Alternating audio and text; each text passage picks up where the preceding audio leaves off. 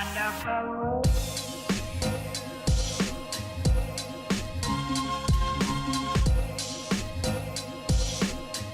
My name is Graycie VandeBerg. I am PV2, and my MOS is a 12 golf, a Corey specialist, hashtag heavy equipment operator. Okay, so you already completed basic training. Yes. When and where? I completed basic in the middle of November last year of 24, and it was in South Carolina, Fort Jackson. Okay, and you're not in high school right now, you're in college, I right? am not in high school. Okay, so what are you studying in college? Marian University in Fond du Lac here in Wisconsin. Okay, and what are you studying? Nursing. Nursing, okay. So what got you, what was the connection between nursing and 12 golf? There was not a connection at all. I've always wanted to keep my civilian life separated from my military life and try something different. Okay. So. And what initially got you interested in even learning about the Wisconsin Army National Guard? It runs in my family, any kind of military in general. So I've always wanted to join some kind of branch. And when Tyler Choi reached out to me, I knew that the National Guard was right for me, so I could stay home and still be involved in any kind of the military. Awesome. What were kind of the big things about the Guard specifically that stood out to you, other than staying close to home? The college, I got to do college while still serving.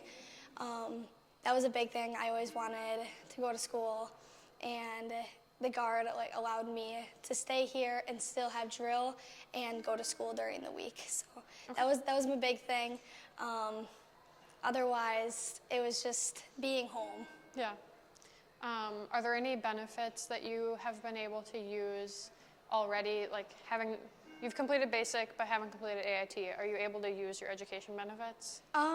Yes. So the National Guard pays 100% tuition, so I am getting my school paid for and I could go to a private school, so that is very helpful. Otherwise, I don't know how to explain it, but more of, you get the benefits even if you didn't go to AIT yet.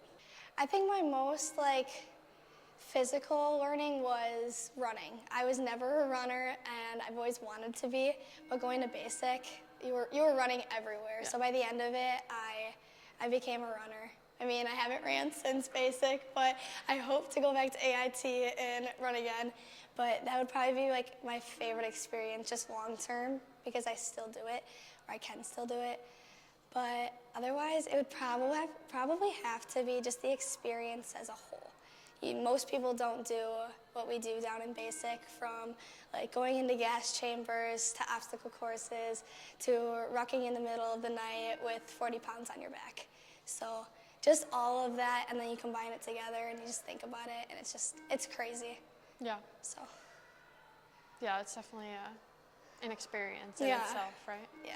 How do you think that your basic training experience has influenced your college experience and just civilian life now that you're back?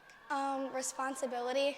I know. So down there, you had to be responsible for yourself. There was thousands of people just in a battalion, and everyone couldn't be or have an eye kept on them. So I know just being responsible and holding yourself accountable has helped in school, and even just my work right now, because someone's not always watching me. I always got to be doing the right thing. Yeah, definitely. So when you enlisted, were you already in college? No, I was in high school. Okay.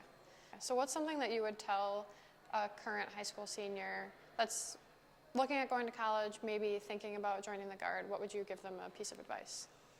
Just shoot for it. You can always quit. You don't want to. I'm not encouraging you to quit, but if you just start it and see if that's what your life goal is going to be, then I just say do it, because it is a life-changing experience, and I think everyone should be a part of that at one point.